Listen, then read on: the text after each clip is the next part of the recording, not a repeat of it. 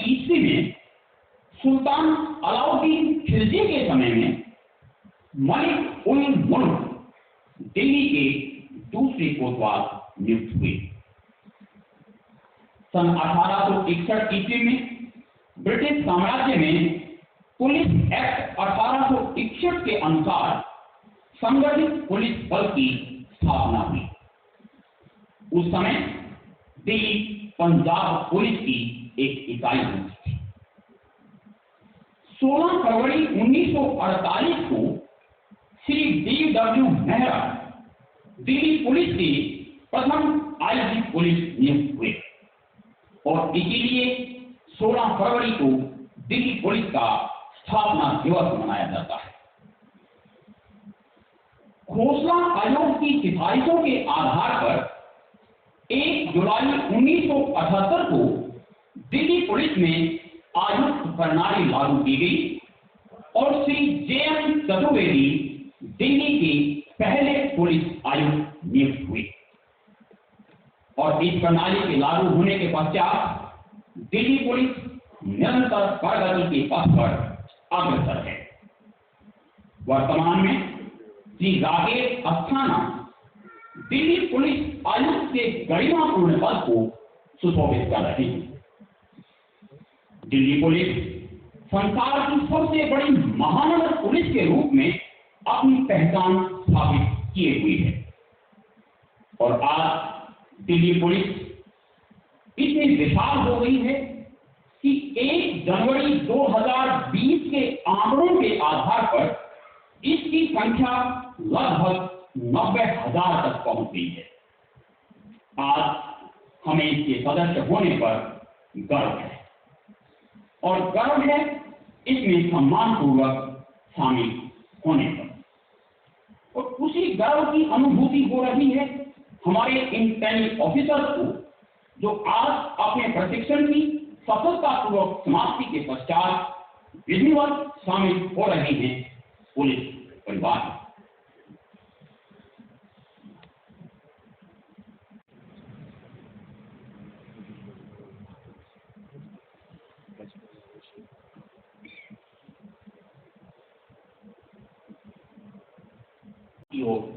आगे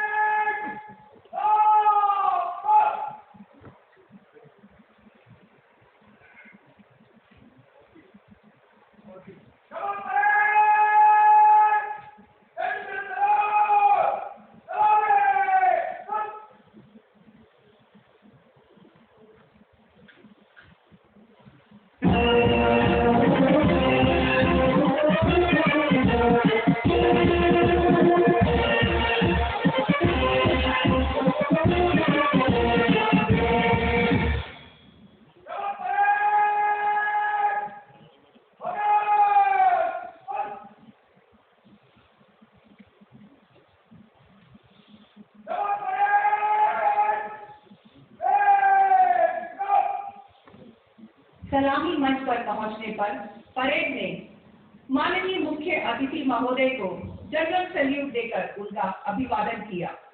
सौभाग्य है कि माननीय श्री राकेश अस्थाना आयुक्त दिल्ली पुलिस इस समारोह के मुख्य अतिथि हैं।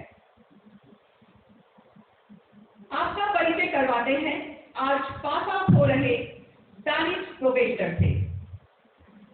दानिश प्रोबेस्टर संदीप रुपेला, आप बीकॉम पास हैं और गुजरात राज्य से हैं। दानिश ज्वाइन करने से पहले आप गुजरात अकाउंट सर्विस में कार्यरत थे।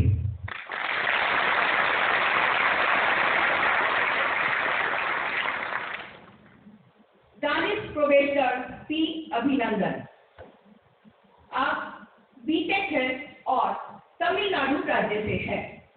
दानिश ज्वाइन करने से पहले आप वित्त मंत्रालय में ग्रेड 1 पद पर कार्यरत थे।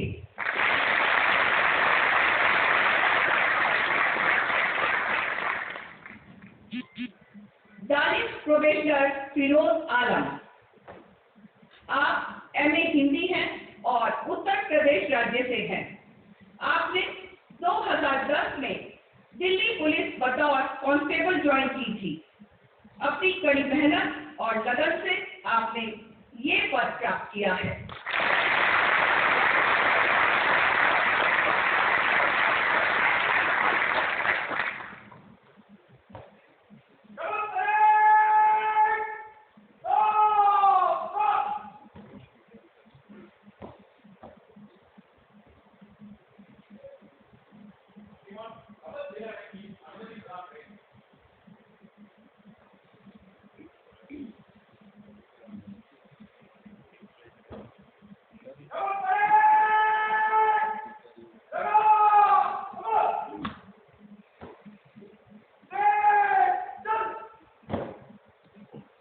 शपथ ग्रहण की अनुमति लेकर दानिश प्रोबेशनर सलामी मंच पर आते हुए।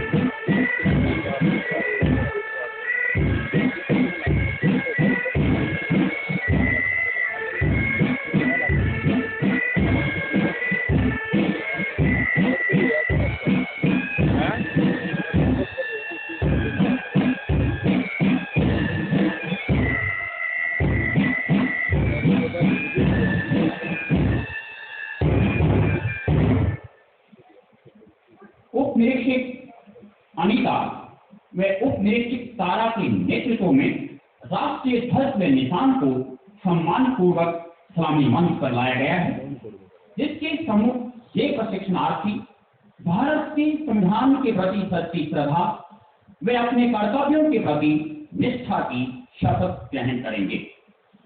राष्ट्रीय ध्वज व निशान के सम्मान में राष्ट्रीय सैल्यूट दिया जाएगा तथा राष्ट्रीय गान की धुन बजेगी। आप सभी से निवेदन है कि अपने स्थान पर खड़े हो जाएंगे तथा वर्दी में अधिकारी सैल्यूट करें।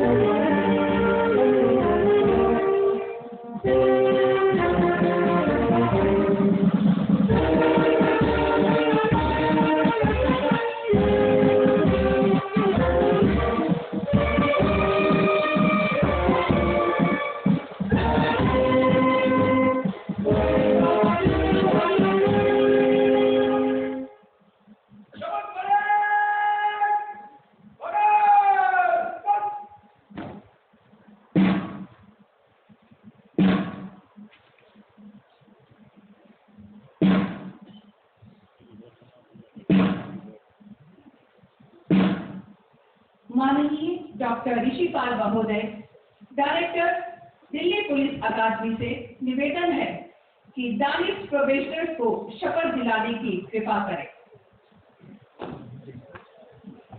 मैं शपथ लेता हूँ कि मैं भारत के संविधान के प्रति एवं भारतीय पुलिस के आदर्शों के प्रति सच्ची श्रद्धा और निष्ठा रखूंगा। मैं भय या पक्षपात, अनुराग या द्वेष के बिना सभी प्रकार के लोगों के प्रति न्यायपूर्वक व्यवहार करते हुए अपने कर्तव्यों का निर्वहन करूंगा। जय हिंद।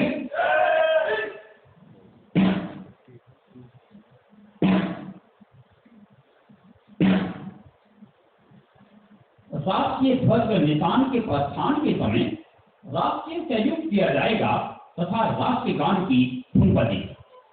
आप सभी से पुनः निवेदन है कि अपने स्थान पर खड़े हो जाएंगे तथा वर्दी में अधिकारी सैल्यूट करेंगे।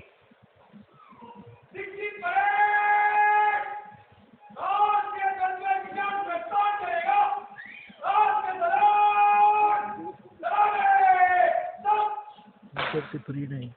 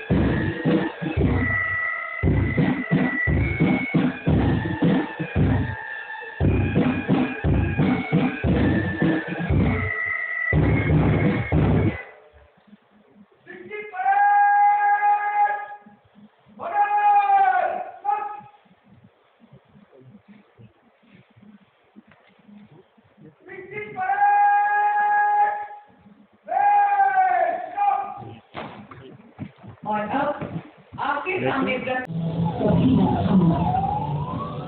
उनको देश सेवा के लिए समर्पित कर अन्याय के खिलाफ लड़ने को, दिल्ली की रक्षा के भरोसे को हम हमेशा तैयार रहते हैं। दिल्ली को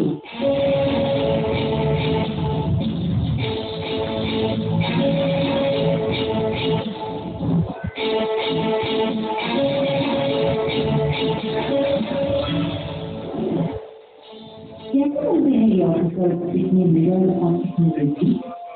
आम जन से जनता की रक्षा का सफर तय होता है दिल्ली पुलिस अकादमी में।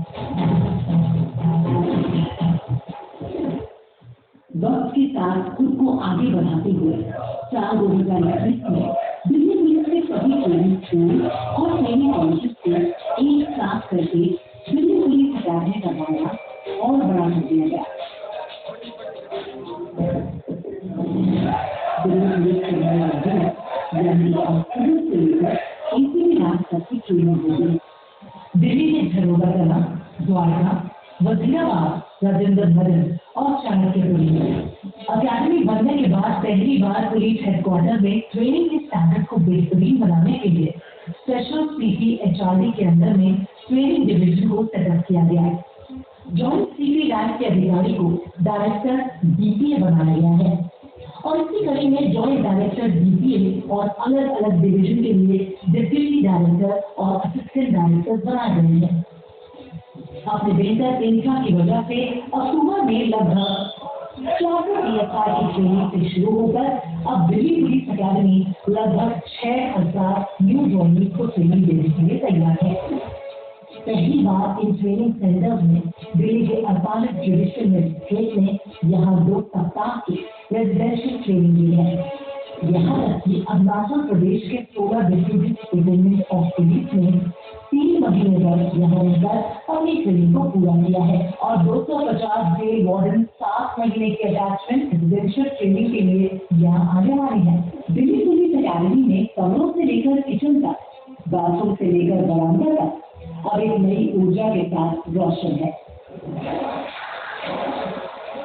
दिल्ली पुलिस अकादमी यहाँ सूरज के निकलने से पहले अभ्यास शुरू होता है और सूरज के ढलने तक ये क्रम निरंतर चलता रहता है। जोश और जुनून का एक बेजोड़ कॉम्बिनेशन है यहाँ के training centre. In training centres की ट्रेनिंग विश्व स्तरीय हो गई है। स्मार्ट क्लासेस के साथ साथ ड्राइविंग से लेकर हथियार चलाने तक की विश्व स्तरीय ट्रेनिंग दी जाती है।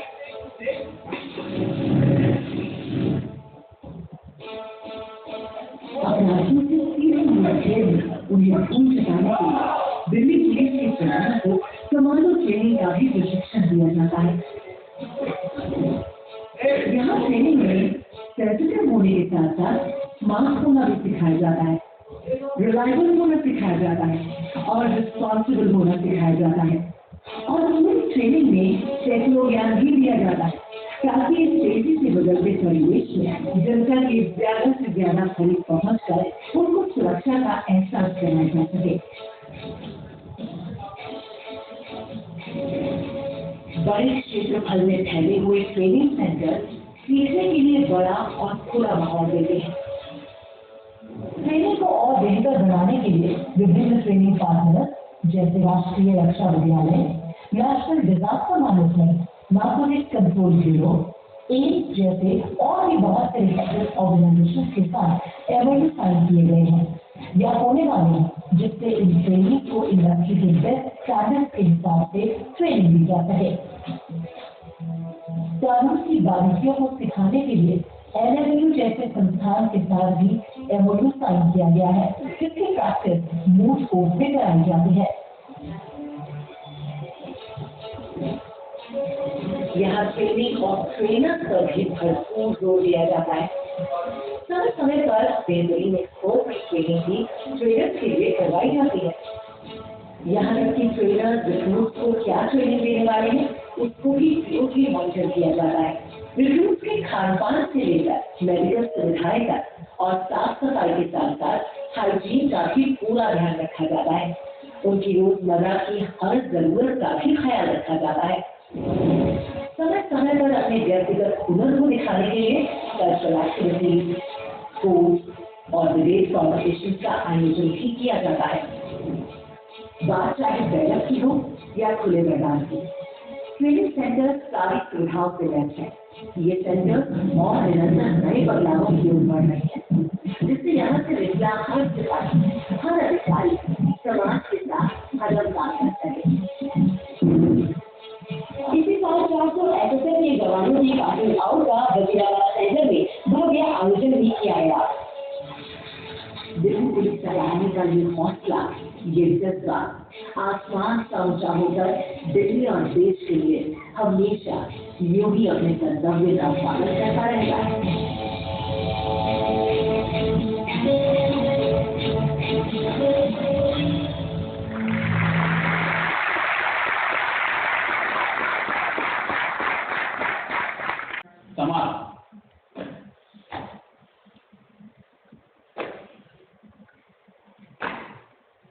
माननीय मुख्य अतिथि महोदय से निवेदन है कि वे विजेताओं को पुरस्कार प्रदान करने की कृपा करें। दानिश प्रोबेशनर पी अभिनंदन, आप इंडोर की परीक्षा में प्रथम स्थान पर रहे हैं। दानिश प्रोबेशनर पी अभिनंदन।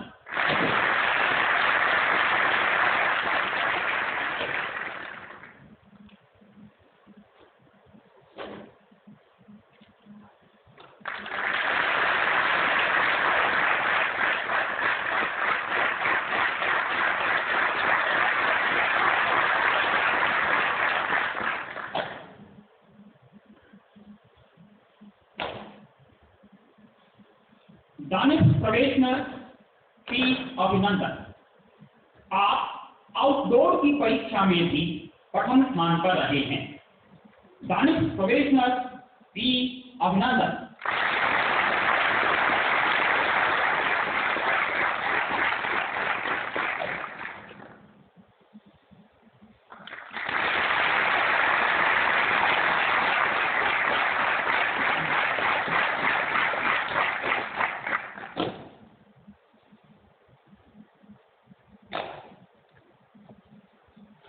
दानिश प्रोबेशनर पी अभिनंदन, आपको इस बैच के ऑलराउंड बेस्ट कैडेट होने का गौरव भी प्राप्त हुआ है। दानिश प्रोबेशनर पी अभिनंदन।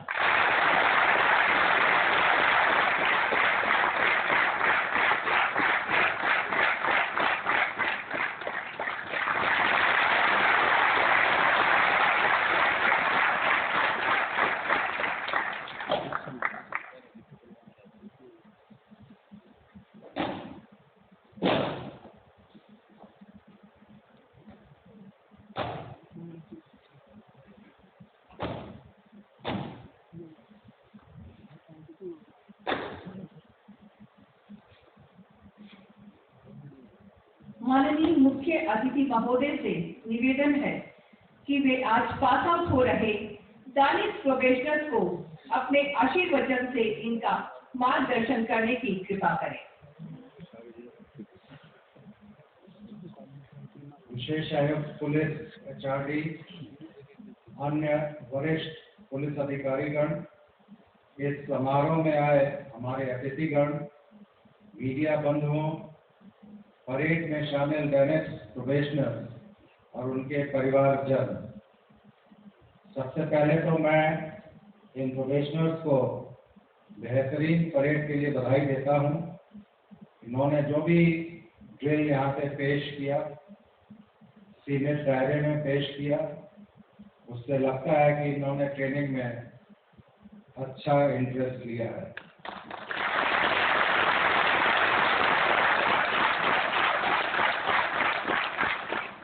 मेरा ये मानना है कि किसी भी अच्छे पुलिस ऑफिसर के लिए, चाहे वो किसी भी रैंक का क्यों ना हो, फिजिकल फिटनेस और ड्रिल बहुत ज़रूरी है। अगर आपके पास फिटनेस नहीं है और आप ड्रिल में अच्छे नहीं हैं, तो जिस जनता की सेवा करने के लिए आप नियुक्त हुए हैं, उस जनता को एक अच्छे पुलिस अधिकारी के तौर पे जनता नहीं देख पाएगी। आपकी जो भी ट्रेनिंग एकेडमी में हुई है, बेसिक ट्रेनिंग, और जिस तरह का ड्रिल आपने पेश किया है, उसके लिए मैं ड्रिल स्टाफ व दिल्ली पुलिस एकेडमी के तमाम अधिकारियों को व्यक्तिगत तौर से और दिल्ली पुलिस की तरफ से खूब खूब बधाई देता हूँ और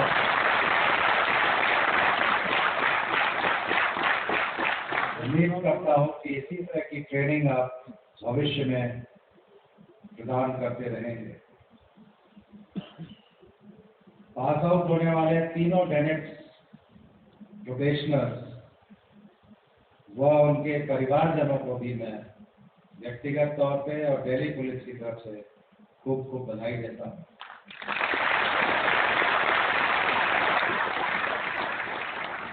इन ऑफिसर्स का जब प्रोफाइल पढ़ा जा रहा था, आप सभी ने जाना होगा कि तीनों अधिकारी बहुत ही मेहनत से एक दूसरी सर्विस में काम करते हुए, लोअर रैंक पे काम करते हुए, एग्जाम को पास करके आज ट्रेनिंग पूरी करके फील्ड ट्रेनिंग के लिए जा रहे हैं। और ये तीनों, चाहे वो अकाउंट सर्विस हो या सेक्रेटेरियल सर्विस हो, या तीसरा अधिकारी तो हमारे पुलिस में कांस्टेबल के तौर पे नियुक्त हुआ था, उन तीनों को मैं उनके जज्बे के लिए, उनके मोटिवेशन के लिए खूब खूब बधाई देता हूँ और उम्मीद करता हूँ कि ये जज्बा वो अपने सर्विस में बरकरार रखें।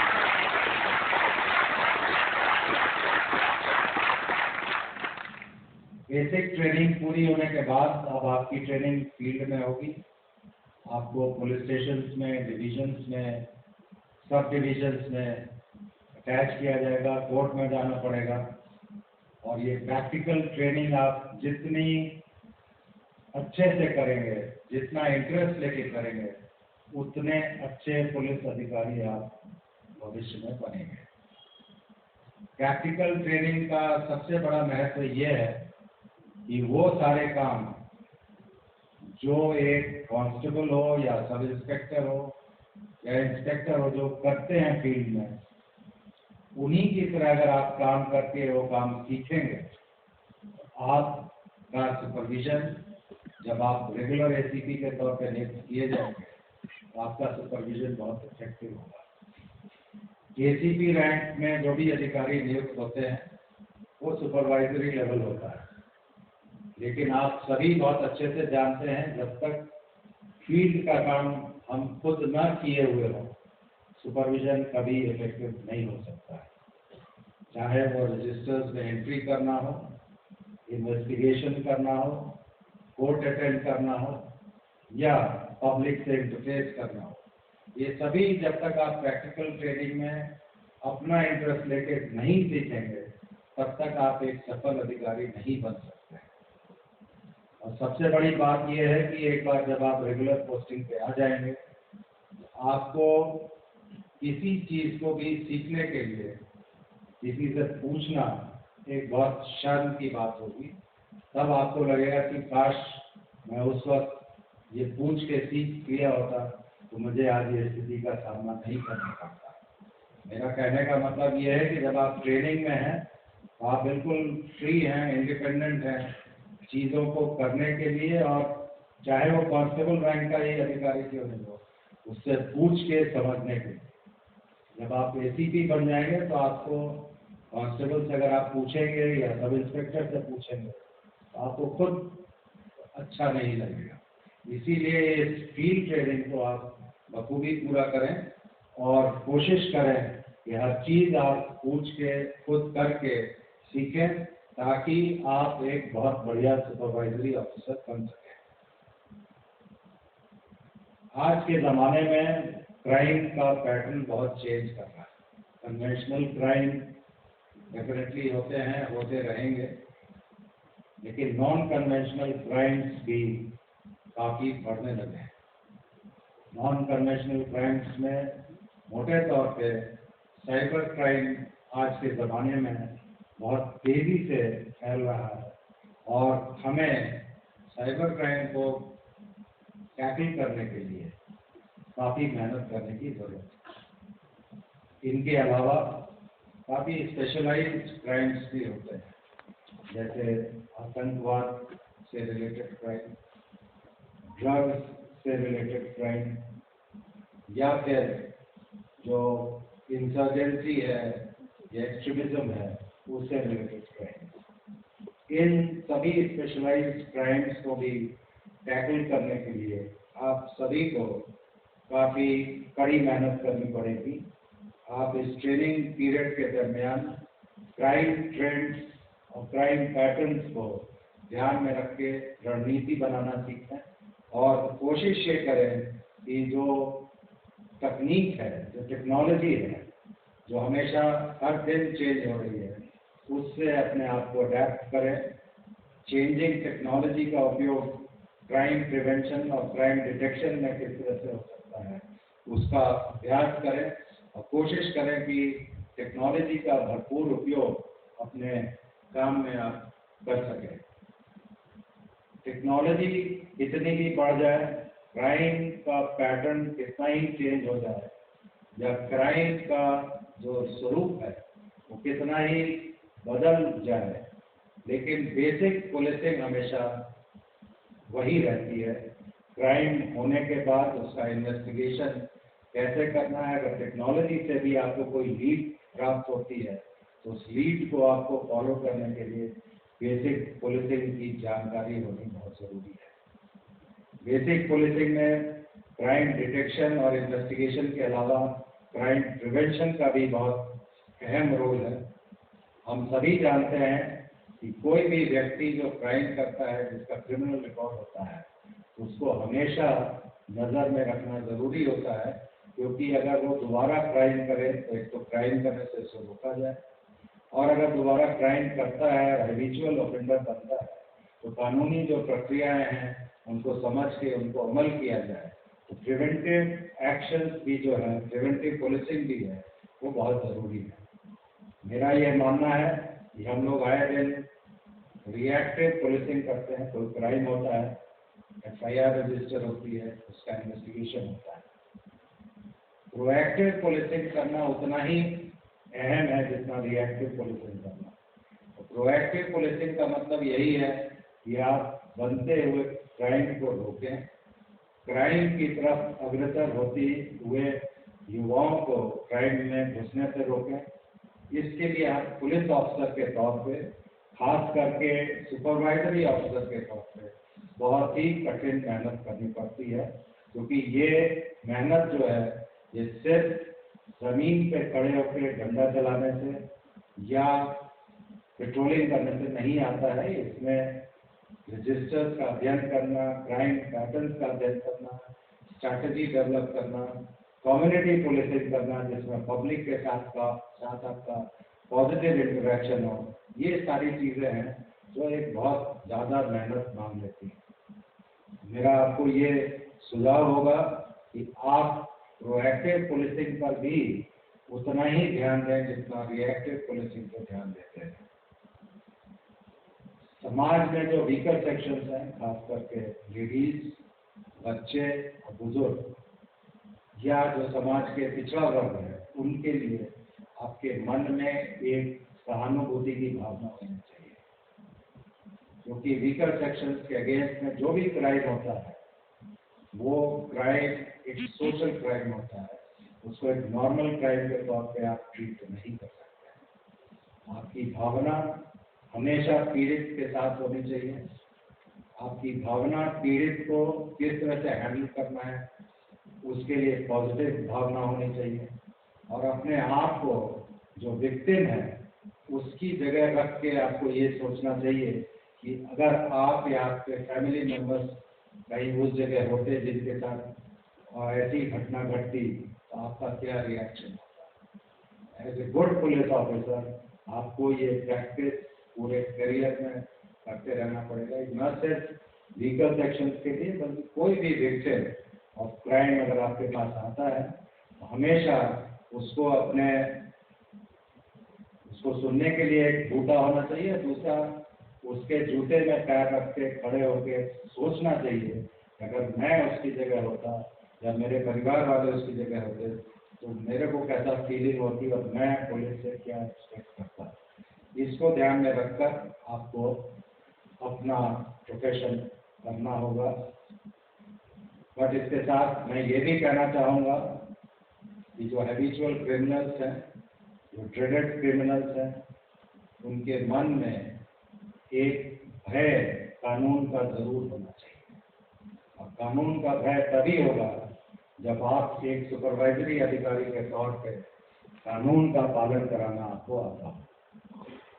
आप सभी को मालूम है हमारी 70% से 80% लड़ाई कोर्ट में होती है। कोई भी गुनहगार हो, कोई भी आरोपी हो, हैबिचुअल ऑफेंडर हो, ड्रेडेड क्रिमिनल हो, अगर आपके पेन में शक्ति है, आपका कागज अच्छा बनता है, आपको इन्वेस्टिगेशन करना अच्छा आता है, आपको प्रोसिक्यूशन परस्यू करना आता है, तो किसी भी ड्रेडेड क्रिमिनल की हिम्मत नहीं हो सकती है कि दोबारा उसी जगह वो इस तरह का क्राइम करे। ये चीज़ हमें सीखनी बहुत ज़रूरी है। कम्युनिटी पुलिसिंग पे आजकल हम लोग काफ़ी जोर देते हैं। अर्बन पुलिसिंग, जो शहरी पुलिसिंग है, उसमें कम्युनिटी पुलिसिंग का बहुत ज़्यादा महत्व है। मेरा तो ये मानना है कि जितना आप समाज के अच्छे लोगों के साथ संपर्क में रहेंगे, उनको अपने साथ रख के चलेंगे, उतना ही ज़्यादा आप सक्सेसफुल होंगे। पार्टिसिपेटिव पुलिसिंग का जो कंसेप्ट है, उसको अमल में लाने की कोशिश करें।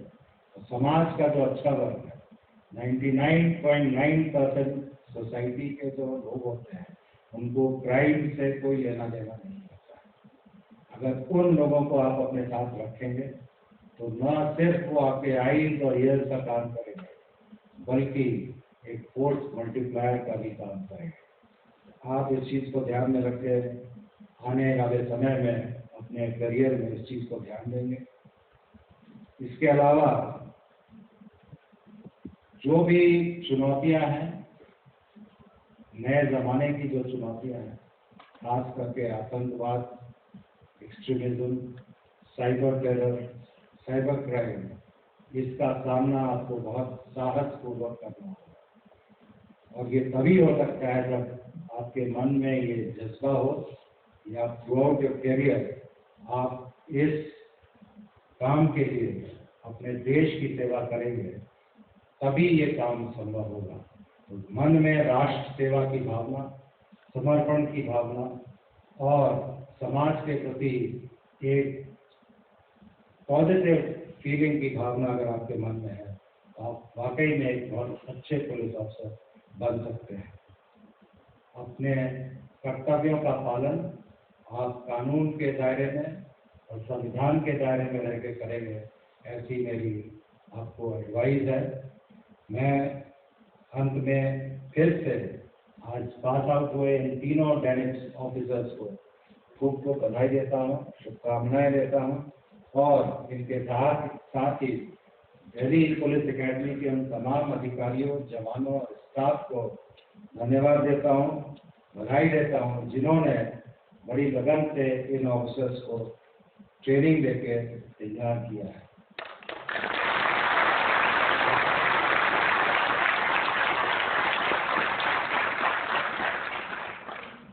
आज के इस कार्यक्रम में सिर्फ एक ही अधिकारी को तीनों पुरस्कार मिले हैं। अभिनंदन को मैं उनको उनके कर्मठता के लिए, उनकी लगन के लिए बहुत बहुत बधाई देता हूँ। साथ ही दूसरे अधिकारियों को भी ये कहना चाहूँगा कि पुरस्कार मिलना तो बहुत बड़ी बात है, लेकिन पुरस्कार के लिए मेहनत करना भी उतनी ही बड़ी बात है। आप इस तरह से अपनी मेहनत अपने आने वाले करियर में करते रहेंगे। आप सभी को मेरी तरफ से आपके उज्जवल भविष्य के लिए खूब खूब शुभकामनाएं। मैं अंत में इन तीनों जेनेक्स प्रोफेशनल्स के फैमिली मेंबर्स को कहना चाहूँगा कि पूरे करियर में, चाहे वो माता पिता हो, भाई बहन हो, पत्नी हो या बच्चे हो, आपको इनको पूरा सपोर्ट करना पड़ेगा, क्योंकि इनकी जो ड्यूटी है, इनके ड्यूटी आवर्स हैं, तो निश्चित नहीं होते हैं। और परिवार का संबल अगर इनके साथ है, तो इन्हें फिर किसी चिंता की जरूरत नहीं है। धन्यवाद। जय हिंद।